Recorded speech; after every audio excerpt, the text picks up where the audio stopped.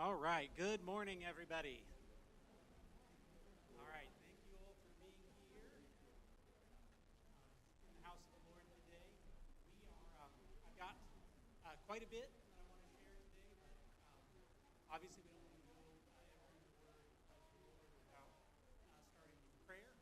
And before we get to that, we actually have a testimony. So we're going to let that go forth. Then we'll get the prayers up on the screen, and then we'll start. So go ahead, sister.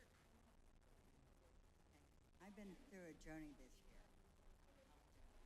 But what I want to talk about today was the recent one.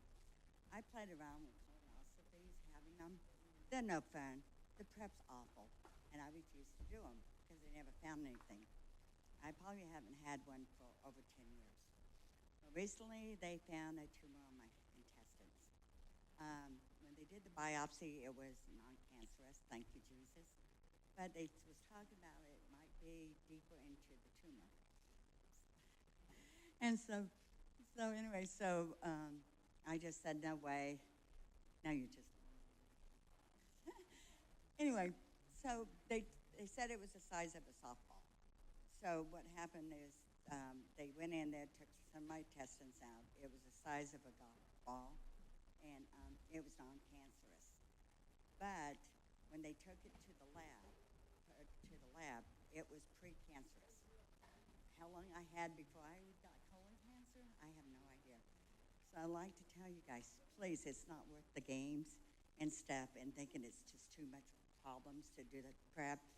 I would never have to go through that if I would have done my colonoscopy like I was supposed to. And I thank God for being with me and keeping me safe all this time. Praise the Lord. Thank you. God that can work miracles. With us through our journeys, wherever they take us. So as I say, we're going to open up with prayer, and we'll have some needs that will be up on the screen. Obviously, we always want to enter into our study of the Word in prayer, because it's God that's going to open the Word to our hearts, help us to be not hearers only, but doers also. So if everyone wants to stand here, we will go in prayer. I thank you, Lord, for this time together, Lord Jesus. Pray that you would be with all these needs, Lord Jesus, whether they're on the screen or not, every need that's in this house. Lord, every need that's in the heart of an individual that sound my voice, Lord, I pray that you would meet them where they are, meet every need where they are, whether that need is mental or physical or spiritual, Lord. I pray you would bring every individual from the place where they are to a place closer to you, Lord Jesus, that they would know your majesty, Lord, they would know your healing, Lord God, that every need would be met to your glory.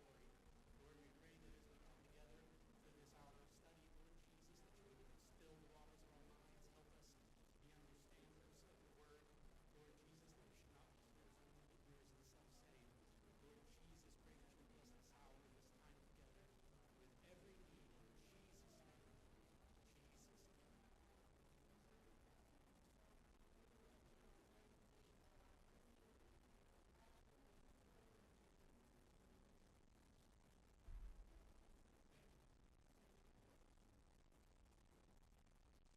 Amen. Amen.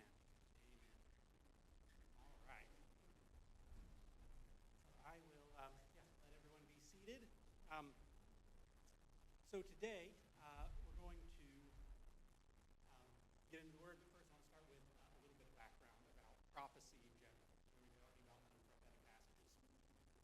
So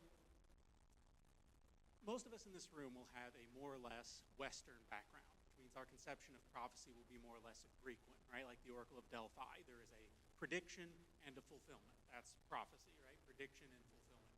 In Semitic thought, generally, in Jewish thought specifically, prophecy was broader than that. Prophecy was a pattern. Prophecy was God doing a thing a certain way once and then repeating it again and again and again so that you don't miss it when he's working, right? He's setting the precedence, he's setting the type so that you get a hold of it. This is done through types, through foreshadows, through precedents. Some things are prophecies without appearing to be so. I've talked before about the tabernacle as a prophecy, the Feast of Moses as a prophecy. Even things that are very blatantly prophecies, like what we're going to discuss today, often have multiple fulfillments. They may have a local fulfillment and a more global fulfillment. fulfillment. They may have one that takes place in the near term and one that's far future. They also may have a literal and a spiritual fulfillment. So this is typically known as the principle of double reference, right? That many prophecies seem to focus on the immediate historical context of the prophet. They actually have a more complete fulfillment later, what they'll call an eschatological fulfillment. Now, if you ever studied anything academically, you know as soon as something is hard to understand or you don't understand it, the first thing you have to do is give it a fancy name to amaze your friends and impress your enemies. So when we talk about something being eschatological, that just means the study of the end times, right? That's the big name they give anything. It's the study of the end times. Some examples of this, Psalm 22, right, applies to David, but also Jesus spoke those same words from the cross. It was also applied to Jesus. Joel's prophecy, right, we know from Peter that had a partial fulfillment on the day of Pentecost, but parts of that prophecy are still yet future. Zechariah talked about a king coming into Zion on a donkey, right? The proximal fulfillment was Alexander the Great, but then also the triumphant entry when Jesus rode in on a donkey.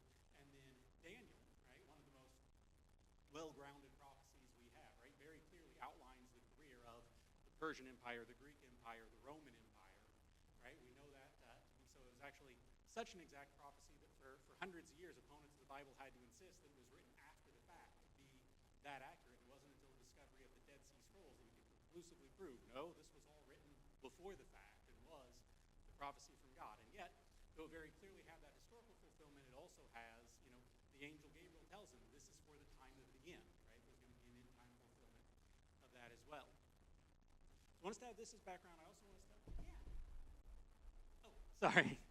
Thank you. No, I appreciate that. One thing I also want to point out about the first century in Jesus' ministry is that it took place before there was any such thing as audio recording, right? We were 1,800 years from dreaming of that technology. Not only was there no audio recording, but there was no audio amplification, right? The audience that could hear you was the power of your voice. In fact, oratory guides from ancient Greece recommend that a speaker, after speaking a sentence, pause for the length of that sentence to let people in the front pass back what they've said to the people further back. So all that to say that it wouldn't be uncommon for someone who had an important message that they were trying to get across to repeat the same or similar messages on various occasions because they're trying to spread that message to a wide audience. And the reason I want us to have both of these things as background is because today we're going to be talking about some prophetic passages, Luke 21, but first Matthew 24. Luke 21, because that's what's in the study guide for this week, and Matthew 24, because I think I would be remiss to talk about Luke 21 without talking about Matthew 24. Now, Matthew 24 is a passage that is widely called the Olivet Discourse because it takes place on the Mount of Olives. It has its parallel passage in Mark 13. In fact, Matthew 24 and Mark 13 are only two verses different, right? Very clearly the same talk that's in view. Luke 21 is similar but distinct. Many Bible helps will say that this is a parallel passage as well, that this is, in harmonies, this is the Olivet Discourse. I'm going to take the opinion that they are actually two separate discourses that are similar but distinct and distinct in important ways. So some commentators will try to harmonize them entirely, relying on this principle of double reference to say that both passages are referring both to the near-term destruction of Jerusalem in 70 AD and the far future destruction of Jerusalem in the end times.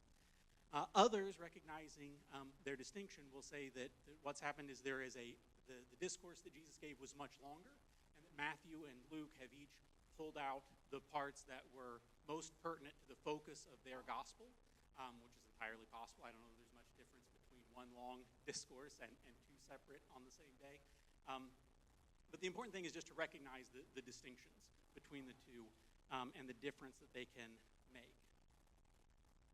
So with that, let's talk about the similarities. So in both these passages, we're going to find a mention of events that must happen but are not signs, right? You can say there's going to be wars, there's going to be rumors of wars, famines, pestilence, but the end is not yet. So these are a group of things that are not signs. They're coming to pass, but they're not signs. Both passages are going to talk about that. They're both going to mention calamities that are going to befall Judea. They're going to use similar terms to describe those calamities. And again, they're very similar in their description because one foreshadows the other, right? The near-term 70 AD is prophecy in the pattern. It foreshadows what's going to happen later. And they're both going to mention cosmic signs that are going to accompany the end of days. So all those they have in common, but there are some differences. First off, in the setting. Luke takes place during the day in the temple, whereas Matthew takes place at night on the Mount of Olives. The audience is slightly different. Luke 21 in the temple is a public address to a group of disciples. Matthew 24 is a private briefing to 4 particular disciples. The calamity discussed is different. The calamity in Luke, after discussing the non-signs, right, the beginning of sorrows, Jesus points to something that's going to happen before all those things, something that's very near on the time horizon. After listing those same signs in Matthew, he's going to talk about something that happens after those non-signs. So this is a future calamity that is likely synonymous with what's mentioned in other passages as Armageddon. Also, the timing when the cosmic signs begin. In Matthew, who's already talking about a far future event, says that they'll come immediately after these things. Luke, on the other hand, says that they're going to come after the time of the Gentiles be fulfilled. So that's kind of my premise. That's where we're going. So I'm kind of inverting the way I usually do these studies. I'm giving you where I'm going right up front, so we can all have the framework in our head, and now we'll go through the passages and look at it. So we're going to go through Matthew 24, followed by Luke 21. With Matthew 24 and 1, and Jesus went out and departed from the temple, and his disciples came to him for to show him the building of the temple. And Jesus said unto them, See ye not all these things? Verily I say unto you, there shall not be left here one stone upon another that shall not be thrown down. And in the Matthew Discourse, this is all the time that's given to the 70 AD destruction, right? That these stones won't be thrown down. Because of the question, the phrasing of the question that comes next. It says, as he sat upon the Mount of Olives, the disciples came to him privately, saying, Tell us, when shall these things be? What shall be the sign of thy coming? They ask, what's the sign of your coming? And the end of the world. So Mark 13, in one of those 2 verses that is different, adds the detail that it was 2 sets of brothers that came to him, Peter and Andrew, James and John, that asked him this privately. So this passage very clearly states he's on the Mount of Olives. Luke 21 will tell us that in the day he taught in the temple, and at night he went out and abode in the Mount of Olives. So that's a detail we get at the end of Matthew, or at the end of Luke 21. When they ask what will be the end of the world, what's important here, the word end in the English version appears many times in Matthew 24. End here is scintilia, which means completion or consummation. When will the fruition of the world, when will everything that the world has been building up to finally get to its crescendo? Later in verses 6, 13, and 14, we're going to have the English word end. But there the word is telos, which probably means end more like you would think of it, the termination point, right? The end in that sense. But this is talking about the consummation of all things, the completion of all things. So as 21st century Christians, we may not realize what was in the minds of the disciples when they asked about the sign of his coming. They were not thinking of a second coming. They were not thinking of a resurrected Jesus. They were not thinking of millennia passing by. They were expecting the answer to be Tuesday, right? The end of Passover. In their mind, in their eschatology, Messiah was here. Messiah comes to set up the kingdom. That's what's happening. That's why they're confused about this prophecy that the stones of the temple are going to be thrown down, because the temple is central to Messiah's reign as far as they're concerned. So what sense does it make for it to be torn down just before Messiah is going to set up the kingdom and start running everything, drive the Romans out? So that's why they're asking the question. But in verse 4, Jesus begins, He answered and said unto them, Take heed that no man deceive you. So he's going to begin both this passage and the Luke passage with this command, Be not deceived. It is not a warning, it is a command from the King of the universe. We need to not be in any doubt about this. It says, For many shall come in my name, saying, I am Christ, and shall deceive many. You may notice in your Bible versions that Christ there is in parentheses, meaning it was added by the translators. Many shall come saying, I am, and shall deceive many. So we know that there's a day coming when, we're going to have Satan's master plan, the Antichrist. Before then, there are going to be several Antichrists. We tend to take that root word word anti and apply it to mean against. It actually means in place of, right? Antichrist is something that's taking the place of Christ. Verse 6, and ye shall hear of wars and rumors of wars. See that ye be not troubled, for all these things must come to pass, but the end is not yet. So this is a group of events that he's describing. They must come to pass, but they're not signs.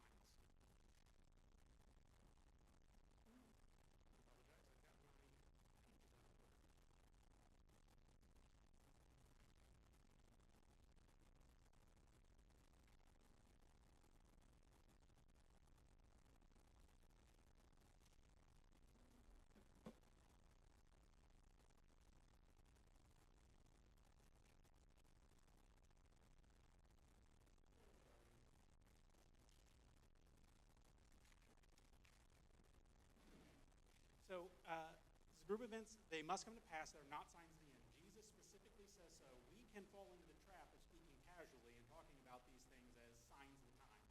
Jesus specifically says they're not. The end is not yet. He goes on, nation shall rise against nation, and kingdom against kingdom, and there shall be famines and pestilences and earthquakes in diverse places. All these are the beginning of sorrows. So they're not signs, but they are the beginning of sorrows. Beginning of sorrows in the Greek is literally archaeodine, which means birth pangs. Okay? So the thing about birth pangs is, right, there are lots of pains during a pregnancy, but when you know the birth is near is when they become more intense and they become more frequent. So these aren't signs, but they are birth pangs. So as we see these things become more intense, become more frequent, then we know that we're ramping up towards the end. Verse 9, then shall they deliver you up to be afflicted, and shall kill you, and ye shall be hated all nations for my name's sake. So notice it starts then, right? So we've got all these things that are not signs, and then. So after all these things. So answering this question about the sign of his coming and the end of the world. Then shall they deliver you up to be afflicted, shall kill you, and you shall be hated of all nations for my name's sake. So this is the far future that's approaching the consummation of the world, as they asked. Verse 10, then shall many be offended, and shall betray one another, and shall hate one another. And many false prophets shall rise and deceive many, because iniquity shall abound, the love of many shall wax cold. Love there is the Greek word agape. One of the signs of the end time is going to be that the love, even within the body, is going to start to grow cold. Verse 13, but he that shall endure to the end, the same shall be saved. So with this verse, don't confuse cause and effect. Enduring to the end will be a sign that one is saved. Salvation is a gift from God at all times. You're not going to earn it by dealing with the tribulation, just as you can't earn it any other way. So this is a sign, not a earning of salvation. Verse 14, and this gospel of the kingdom shall be preached in all the world for a witness unto all nations, and then shall the end come. So preaching the gospel to all the world might be a reference to the Great Commission, and it's going to be finally carried out before this time. It may also be a reference to Revelation 14 and 6, which says, I saw an angel fly in the midst of heaven, having the everlasting gospel to preach unto all them that dwell on the earth, and every nation, kindred, tongue, and people. So either way, everyone remaining will be without excuse. Everyone will have a chance to hear the gospel. Verse 15, when ye therefore shall see the abomination of desolation, spoken of by Daniel the prophet, stand in the holy place, whoso readeth, let him understand. Now, how many read that off the screen with me? I played a dirty trick on you, because now I've obligated you to understand this, because you've read it. So, we want to understand this because this is the event that's going to kick off what Jesus is talking about in the Matthew passage. This is going to be in contrast to the Luke passage where things are going to be kicked off by seeing Jerusalem surrounded. Now, the abomination of desolation is a reference to Daniel, both in chapter 11 where it says they shall pollute the sanctuary, shall take away the daily sacrifice, and shall place the abomination that maketh desolate.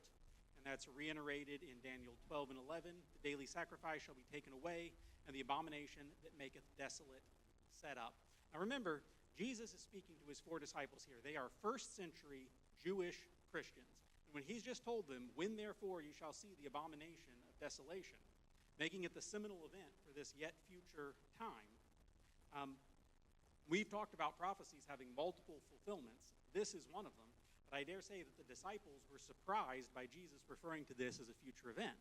Because unless they'd read Daniel very carefully to know that when Gabriel is commanded to make Daniel understand the vision, he says, these things, for at the time of the end shall be this vision. So unless they really got a hold of this, in their mind, the abomination of desolation has already taken place. It's a part of Jewish history at this point. So, history in a nutshell, 583 BC, Babylon conquers Judah, destroys the temple.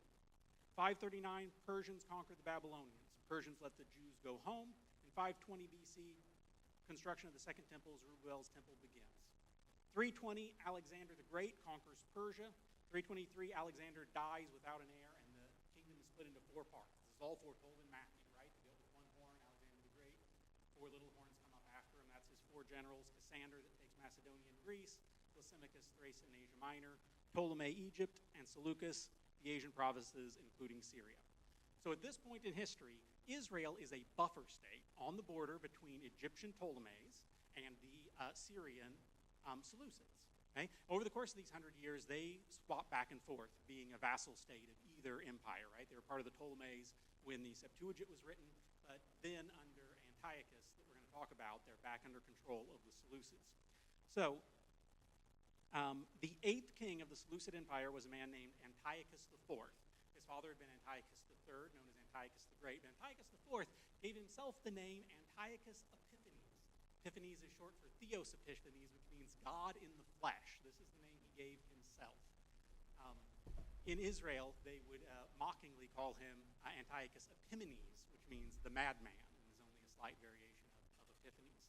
But lest you think, this man thought he was Zeus in the flesh.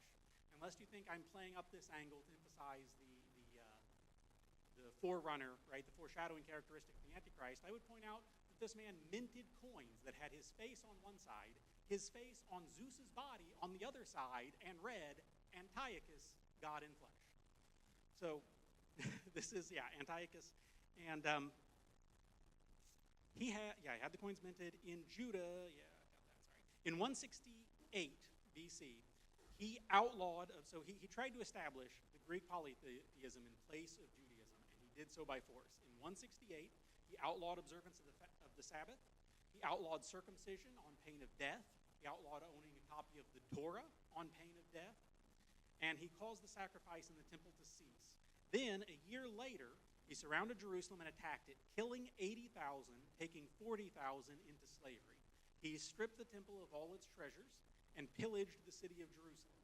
In the temple, he went to the altar and slew a pig, right, an unclean animal, on the altar, sacrificed it to Zeus, spread the blood of the pig around the temple, and erected a statue to Zeus in the Holy of Holies, and commanded that it be worshipped. Okay? For 3 years, the sacrifice in the temple ceased. It's the only time between the reestablishment of the temple and its destruction in 70 AD that the worship stopped.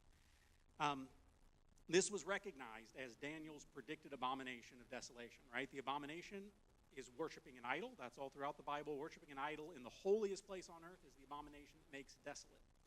It was then commanded that a pig be sacrificed to Zeus in every village. And when Syrian officers tried to enforce this in a village called Modin, an 80-year-old priest named Mattathias, which at 80 I can only assume motivated by lots of adrenaline and rage, managed to wrestle the presiding Persian officer, steal his sword, and kill not only the Persian officer, but the first Jew that was about to make a sacrifice on the pagan altar. So he and his sons then flee to the hills. His third son is a man named Judas. Their family name was Hasmoneah, but Judas was known as Maccabeus, which means the hammer. Right? He was a brilliant military strategist, unfortunately not that great of a politician later, but he led the Maccabean rebellion, which with a much smaller force managed to drive the Syrians and Antiochus out of Jerusalem, recapture Jerusalem, and they then rededicated the temple after the desecrated altar had been destroyed and rebuilt. And this rededication of the temple is celebrated amongst Jews to this day in a celebration they call Hanukkah. That's the cleansing of the temple, or rededication of the temple after this abomination of desolation. So this abomination of desolation, it's been fulfilled in part, right? As far as most people in the first century history would have been concerned, it was done and dusted, a fulfilled prophecy, until Jesus lets us know this is one that's going to have a double fulfillment, because when you see this, right, yet future, so we can understand what happened then to understand what's happening. And what's even more impressive is as this verse goes on, when ye shall therefore see the abomination of desolation spoken of by Daniel the prophet stand in the holy place, whoso readeth let him understand, then let them which be in Judea flee into the mountains, and him which is on his housetop let him not come down to take anything out of his house, neither let him which is in the field return back to take his clothes. Basically, when this happens, you split and you split now, right? Get out of Dodge, okay? What's impressive to me is the abomination of desolation is something very specific. It takes place in the holy place. In normal times, only the priests can enter the temple. Only the high priest can enter the Holy of Holies, right? How can a person on their housetop or in their field see the abomination of desolation? Now, you and I, with a television in our living room and a smartphone in our pocket, this reads very comfortably for us. But imagine for 1,800 years, the people who were faithfully copying this scripture over and over again, having no idea what kind of mechanism would allow them to see the abomination of desolation from their housetop or from the field. Verse 19, and woe unto them that are with child, and to them that give suck in those days. But pray that your flight be not in winter, neither on the Sabbath day. For then shall be great tribulation, where that term comes from. For then shall be great tribulation, such as was not from the beginning of the world to this time, no, nor ever shall be. That was probably pretty scary at the time.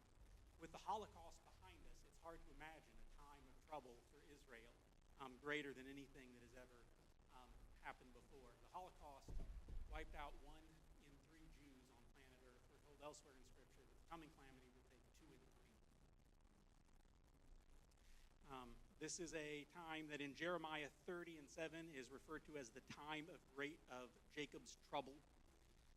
22 says, and except those days be shortened, there shall no flesh be saved, but for the elect's sake those days shall be shortened.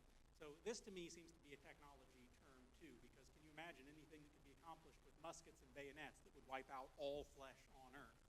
That's something we're only recently capable of. It's interesting to me, as an insight to prophecy, that he says, pray that your flight not be in winter nor on the Sabbath day, right? This is prophecy. This is going to happen. But apparently some details are still up for grabs. It may be in winter, it may not. Maybe on the Sabbath, it may not. And your prayer can make a difference. So interesting to understand prophecy generally. It says, except those days be shortened, there should no flesh be saved. We know that for the elect's sake, these days shall be shortened from other passages. We know that from the abomination of desolation, the Great Tribulation will be 3.5 years before the second coming. So there's a limited scope of time. For the elect's sake, the days shall be shortened. Verse 23, if any man shall say unto you, lo, here is Christ, or there, believe it not. For there shall arise false Christs and false prophets, and show great signs and wonder, insomuch that if it were possible, they should deceive the very elect. Behold, I have told you before, wherefore they shall say unto you, behold, he is in the desert, go not forth. Behold, he is in the secret chambers, believe it not. For as the lightning cometh out of the east, and shineth even to the west, so shall the coming of the Son of Man be. Wheresoever the carcass is, there shall the eagles be gathered together. So in other words, when Jesus comes back, you won't miss it. It will be very evident. Everyone will know. And then verse 29, immediately after the tribulation in those days. So we're moving on into those cosmic symbols, right? The signs that are going to be in the heaven. And Matthew says that's going to happen immediately after the tribulation in those days. The sun shall be darkened, the moon shall not give her light, and the stars shall fall from heaven. The powers of the heavens shall be shaken. So note on timing, we're talking about a calamity that happened after the not signs, after the beginning of sorrows. Now these celestial signs are going to happen right after. Verse 30, and then shall appear the sign of the Son of Man in heaven, and then shall all the tribes of the earth mourn, and they shall see the Son of Man coming in a cloud of heaven with power and great glory. And he shall send his angel with the great sound of a trumpet, and they shall gather together his elect from the four winds, from one end of heaven to the other.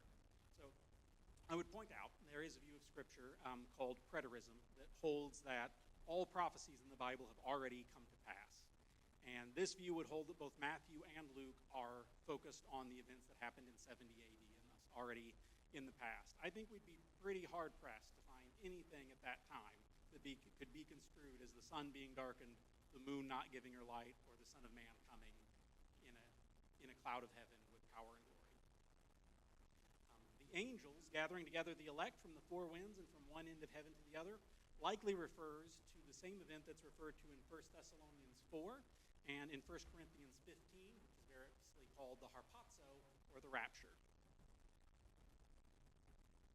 Verse 32, now learn the parable of the fig tree. When its branch is yet tender and putteth forth leaves, you know that summer is nigh. Likewise, when ye shall see these signs, know it is near, even at the door. So likewise, when ye shall see all these things, what things? Celestial signs we just talked about, right? Sun and the moon darkening, stars falling from heaven, the powers of the heavens shaken.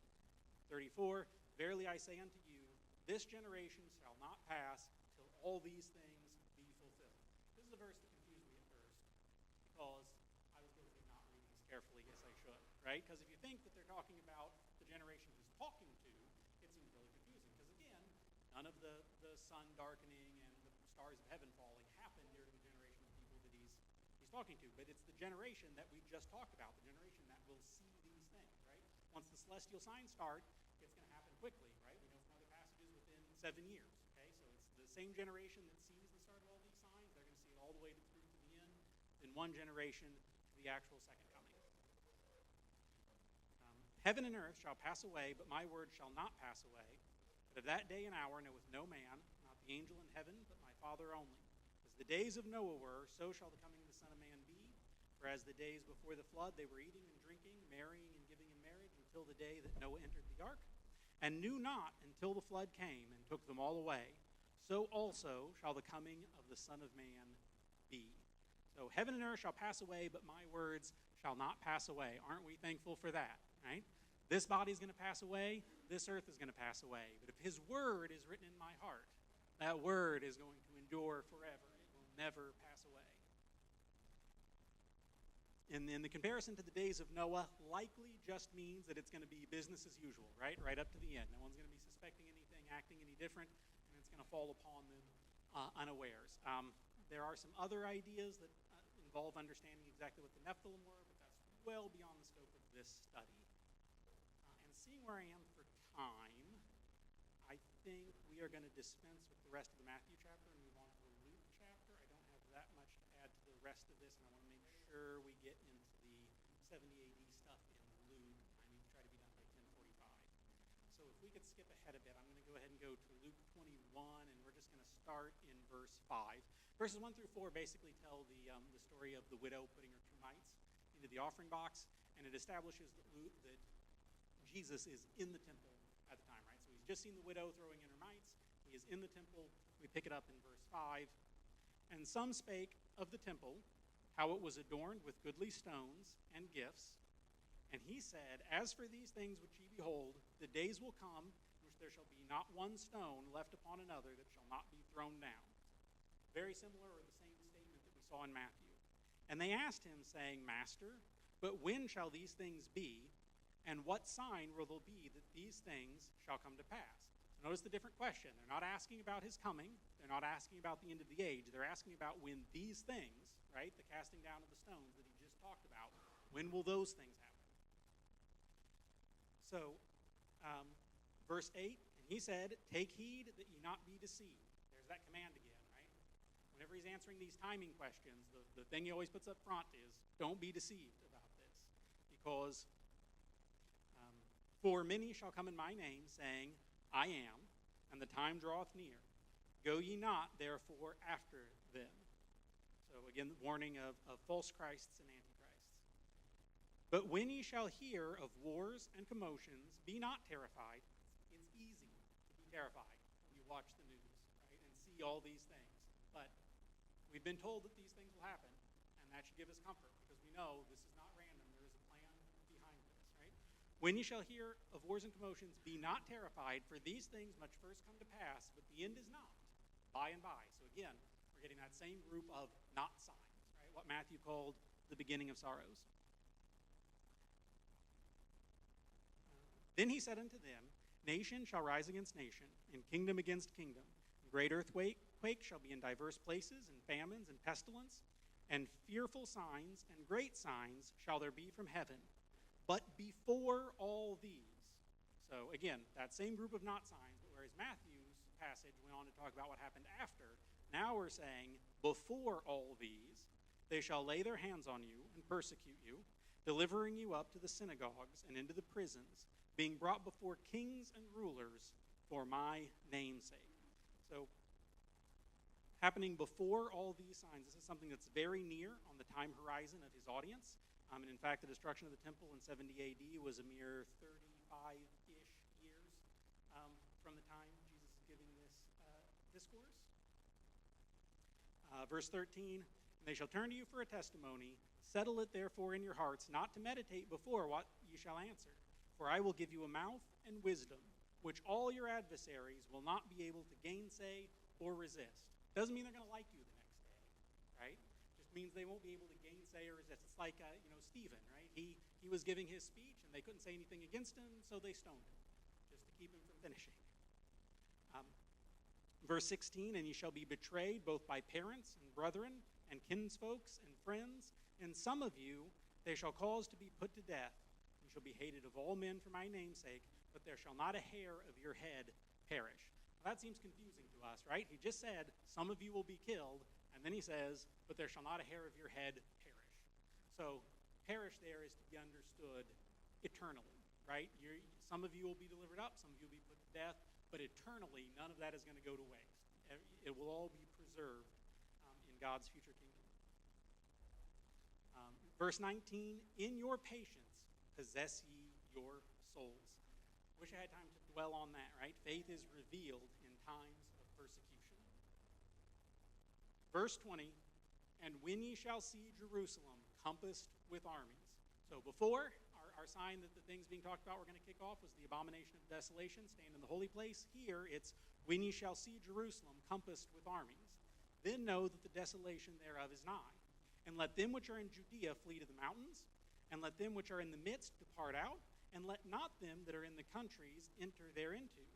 These be the days of vengeance, that all things which are written may be fulfilled. It says, let them which are in Judea flee to the mountains, let them which are in the midst depart out, and let not them that are in the countries enter into. So remember when we talked about the abomination of desolation, it was get out and get out now, right? It was an event and go. Here they're saying, yeah, if you're in the country, don't go back. It seems like we've got more time in play here, right? Time for people who are in the midst to get out, time for people who are out to make a decision not to come back in, right? As if they would have had an opportunity to come in if they chose. So we're talking about a little bit more time here. So, so here in Luke they're talking about being in the midst of the city. Let's go and dip into some history again. Herod's temple wasn't really a separate temple from Zerubbabel's, but it might as well have been. It was a massive renovation. It involved 18,000 people over the course of 80 years. From the Kidron Valley to the Temple Mount was 158 feet, and the temple itself stood another 90 feet above that. It was made of white marble that gleamed in the sun and adorned with a gold cornice. It was said that it could be seen from 30 miles away. It is no wonder, right, that people were marveling at the temple at the beginning of these passages. Some of the stones, the largest stones that made up the base, weighed in excess of 400 tons. The first Jewish-Roman war started in 66 AD.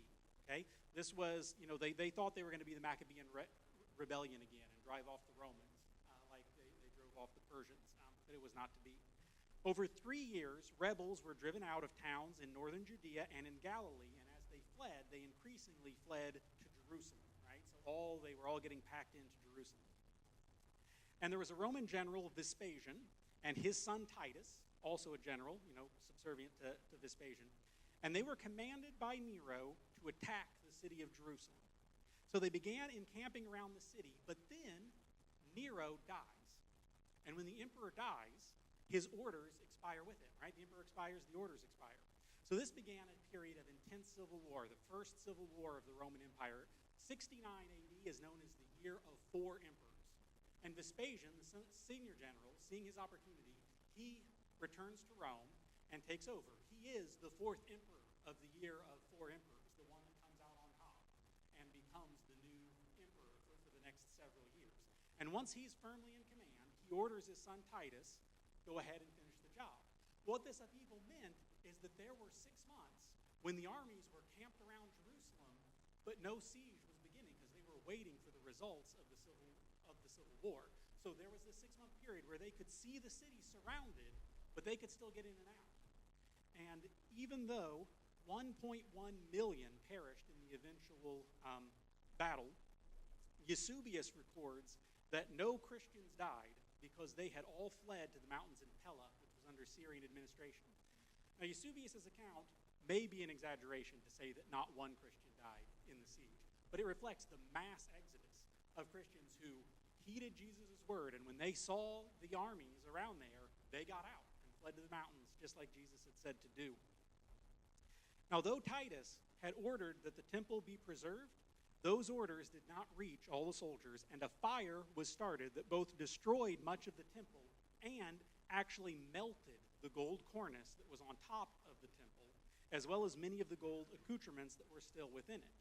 So this gold all melted down the sides of the temple and got within all the cracks and crevices of the stones, such that the Romans, to retrieve all this gold, used pry bars to separate every single stone, leaving not one stone upon another, just as Jesus had said, because they wanted to get all this gold. In fact, there was such an influx of gold that it separately recorded that the gold standard in the Syrian province, the Roman province of Syria, was depreciated by as much as 50% because of the massive amount of gold coming into the system from plundering this temple. Josephus further records that after 70 AD, looking at the city of Jerusalem, it could not be told that people had ever lived there, that it had ever been inhabited, nor could you tell where the temple had even stood. So great was the destruction and leveling of the city. And then we pick it back up at 23. But woe unto them that are with child, and those that give suck in those days, for there shall be great distress in the land, and wrath upon this people. And they shall fall by the edge of the sword, and shall be led away captive into all nations. And Jerusalem shall be trodden down of the Gentiles until the time of the Gentiles be fulfilled. So now we have a transition, right? Just like when we were transitioning to the cosmic symbols in Matthew, it was immediately after these things. Now we're transitioning to the cosmic symbols in Luke, but it's after the time of the Gentiles be fulfilled. So times of the Gentiles likely started in 586 BC. That's when Judah fell to Babylon. When the times of the Gentiles is over, people have different ideas about that. Some people thought that that was in 1948 when Israel was reestablished as a nation. That's why there was a big hoopla about God coming back in 1988, because that was 40 years or one generation from 1948 and the establishment of the temple. Some people thought it was in 67 when they got control of Jerusalem again, and so they thought 2007 was the date. Personally, I think what they're talking about here is the end of the time of the Gentiles is when Jesus comes back and sets up his kingdom. Israel is again the preeminent nation on earth. Not a Gentile nation, but Israel will be the place that all other nations come to pay homage to the new king.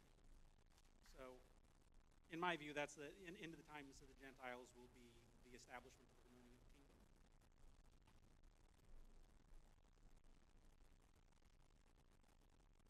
Gentiles. Okay, and verse 25, and there shall be signs in the sun and in the moon and in the stars and upon the earth, distress of nations with perplexity, and the sea and waves roaring, men's hearts failing them for fear and for looking after those things which are coming on the earth. For the powers of heaven shall be shaken, and then shall they see the Son of Man coming in a cloud with great power and glory. So now we fast forwarded from the non-signs of 70 AD to when the times of the Gentile have been fulfilled, and we see exactly those same celestial symbols that were mentioned in Matthew. Verse 28, and when these things begin to come to pass, then look up and lift your head, for your redemption draweth nigh. So when these things begin to come pass, referring to those previous three verses, right, when you shall see all those celestial signs of the Son of Man coming, and then we repeat the parable of the fig tree, and I would love to go into it, but we are out of time. So Thank you all. Let's get ready for worship in